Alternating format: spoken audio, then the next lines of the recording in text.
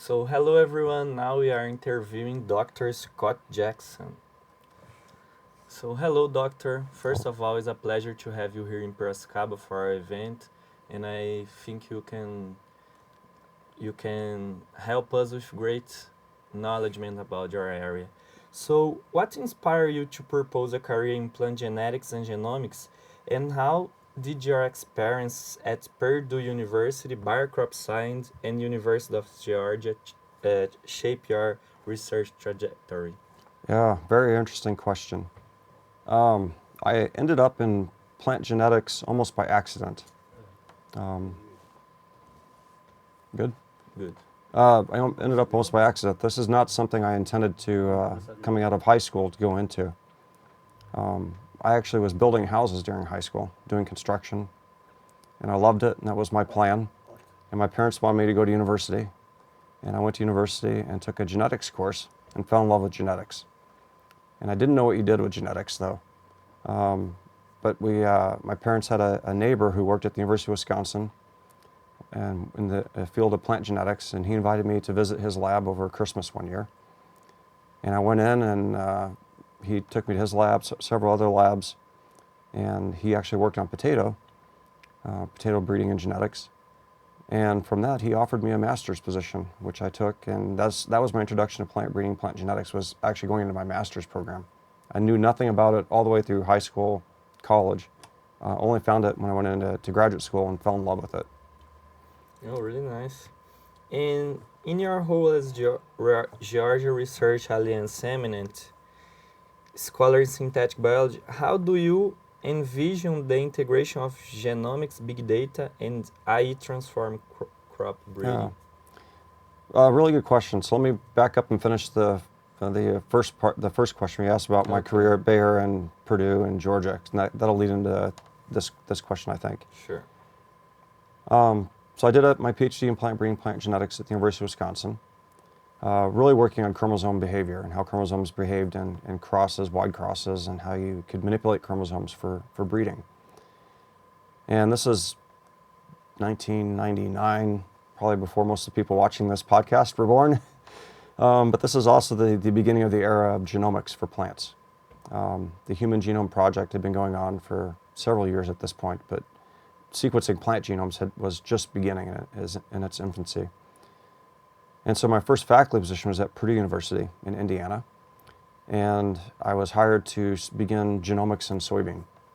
And so I led the International Soybean Sequencing Consortium for a number of years, and we finished the genome and published it in the mid-2000s. And then we started doing genomes for other crops, rice, other legumes, and did that for a number of years.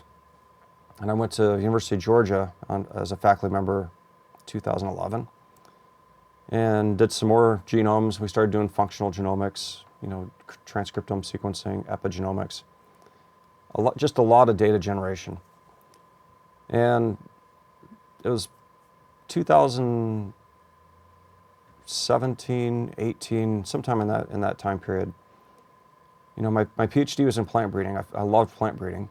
I've been doing genomics for almost 20 years, and I really wanted to bring those things back together. And that's really difficult to do in an academic setting, to apply genomics into a plant breeding program, just because of the cost and the scale. And so Bayer Crop Science approached me and asked me if I would come join their breeding team, global breeding team, and really push genomics forward in how they made decisions within breeding pipelines.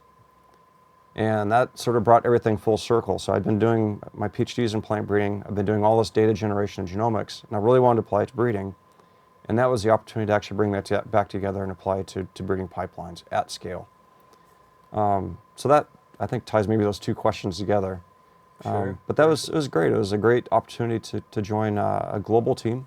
I worked with people in Brazil, some of whom are at this meeting here, part of Bayer Crop Science, and really was able to build a team and think differently about how genomics, genome sequences, transcriptomics, high-density fingerprinting, all these different things could be used more efficiently to make better decisions in a breeding pipeline. Really nice. And how you see that all this big data and things like that, like you are a breeder, but you need to learn AI, you need to learn different approaches to analyze that data. How do you think it will challenge the plant breeding scenario? Well, I think the plant breeder's been challenged for hundreds of years. I sort of envision the plant breeders the center of a whole bunch of disciplines. They integrate, plant physiology, they integrate pathology, they integrate agronomy, they integrate soil science, they integrate weather, they integrate genetics in all their breeding decisions. They just sort of naturally pull different disciplines together, either through learning that parts of that discipline or pulling in the people that they need. So I always see the breeder as the integrator of all these different things. Obviously, data's changed over the past 20 years. The volume, the velocity, the scale it's much different, much bigger than it was if you're running a breeding program 50 years ago, where you're out collecting notes in a notebook. Now you're collecting data from images, from UAVs and from satellites. You're collecting on-field information on weather and harvest and grain when you're harvesting all the grain information, and then you have all the genetic information. And so the integration process is maybe even more complex than it was before. But I think I'm actually very optimistic. I don't think that the plant breeder is going to become an AI expert. I think it's going to be like that it has been in the past, where they pull in the people, the disciplines, the technology they need to make their breeding pipelines run more efficiently. So if it's pulling in someone that can build AI models or large language models to understand DNA language and how it impacts genes that may help improve some decision of their pipeline, they'll do that. Or if it's just using AI agents to make better decisions with data that they have, I think they'll pull that in. But I don't think they're going to have to build their own AI models per se. Oh, okay. So getting a little bit further in that subject, I would like to know from your projects, how are you using that AI modeling to and things related to that to do your job, like you're linking plant DNA sequencing to enhance productive and sustainability. Yeah. So the way I'm currently using it, and I've been back in academia for 1 year, so I'm still building a team. Okay. But the way that we are approaching it is really with a breeding focus at the end. So I'm not running a breeding program myself, but I want to work with breeders. I want to be that person that helps bring this technology to improve their breeding pipelines. So they don't have to learn everything, but we can help come alongside them and bring this technology. So we're doing it in a number of ways. Obviously, the genetics breeding equation, the response to selection is heritability times selection intensity over time, and the number of cycles you can run. So one of the ways that we're thinking about is we can improve the heritability and the selection intensity if we know more about the genes underlying a trait. And that's an area where we can actually use machine learning and AI tools and models to understand more of the genes that underlie a trait. If you use a traditional biparental mapping or GWAS, you get a few peaks, you get a few hits. But we know that many of these traits, yield, for instance, thousands of genes contribute to yield. If you do a biparental mapping or GWAS, you get a few things that pop up. So we know there's much more. And we can use transcriptomics and AI modeling to understand more of the genes underlying that trait. Then I think there's an opportunity to help build that into our genomic selection models to improve our ability to select for resistance to pathogens or resistance to some stress or overall performance or yield. And that's one of the areas that we're trying to help come alongside the breeders and bring this technology. I think there's beyond the genetics, there's a lot of applications where there's courses going on right now about how to use AI to extract information from images and satellite images and so forth. But there's a lot of opportunities to think, how do you run the breeding pipeline more efficiently? So if I know the genetics of my populations, I have predictions on how they'll perform, how can I use AI models to help build out planting scenarios that I can test these in where I can get the most information to make the best decisions possible. So which locations are going to give the best data that's going to allow me to evaluate the performance and predict how it's going to perform in future years. Really interesting that nowadays we are having all this technology, and one thing that still stands as very important is the interaction genotype by environment. And how can we apply all these omics to help the breeder taking the decision of which genotype can do better in certain environments? Yeah, that's the holy grail of all breeding questions, is the understanding the G by E and be able to predict performance in target environments. It's not a question that's going to be easily solved. I think a lot of these models will help us better understand how genotypes interact with environments and how they perform.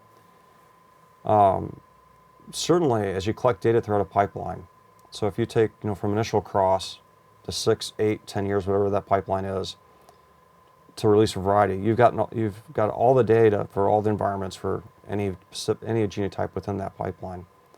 I think you can use that information, especially when you think about launching a product. You've probably, by the end of a pipeline, you've probably tested it hundreds of thousands of times in maybe dozens or even 100 different environments. And you can use that data to build models to predict how it's going to perform, how widely adapted it'll be, how it'll perform under various stresses, and get a better grasp on the G by E, especially as you launch it, to put it in growers' fields and have some confidence that this is going to perform well in this grower's field given their environment and their management. But it's still a complicated question. I think the G by E is going to keep us employed for a long time. Yeah, it's really important for us that intend to be breeders. And changing a little bit of subject now, given your extensive expertise in both academia and industry, how do you see the collaboration between these sets are involving students and private companies, and to try to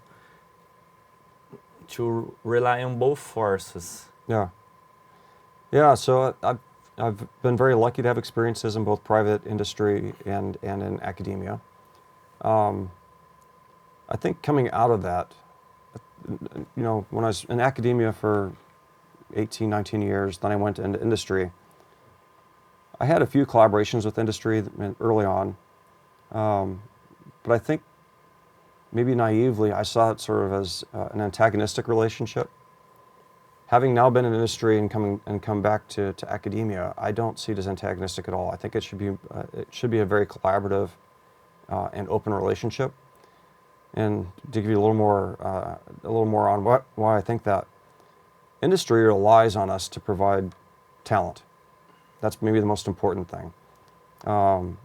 They can't run their breeding pipelines, they can't produce a product if they don't have talent. If they don't have PhD students, if they don't have postdocs, if they don't have people coming in that can build G by E models and can run breeding pipelines and can do all those things that they need to do. So they're completely reliant on the universities to provide talent. And they know that. And that's why you're having this meeting right now, is because Corteva and Bayer both and GDM have all put money into this meeting. And it's partly to help the students to develop, but also for them to come alongside the students and show opportunities in industry. So that the talent's one piece. Another piece is a lot of the innovation comes from academia. And to give you a little more on that. In academia, you can take greater chances and greater risks in research than you typically can in industry. Industry, you're running a pipeline, you have to produce a product. So you're somewhat risk adverse for taking chances on new things, in that you don't want to disrupt that pipeline. So they tend to be a little bit risk adverse. And in academia, there's actually a benefit. You can take serious risks. And some of that innovation that comes out of those experiments make their way into industry. So they also see not only talent, but also innovation that they can eventually use, the sort of the high-risk experiments. I think in the future, and one of the things I'm trying to do at the University of Georgia is develop much more collaboration at the research level between industry and the university. A lot of that risk-taking experiments has been done somewhat in isolation from industry in the past. I think there's a potential where we could come alongside industry could come alongside academia and say, here's where we want to take a risk, but we don't have the patience, we can't tolerate that within our pipeline, but we'd be happy to work with you and sponsor projects or students or postdocs to explore this area. And then they also have, because of that, they have an insight into the talent that's working on that they probably will eventually hire as well. So I'm pretty optimistic on a very collaborative and open relationship between industry and academia. Thank you so much, Doctor, for your time and for your grateful insights about the subjects we talked today. And I hope you are enjoying Piracicaba and the International Meeting on Plant Very Breeding. much, very much. Thank you. Thanks for the invitation.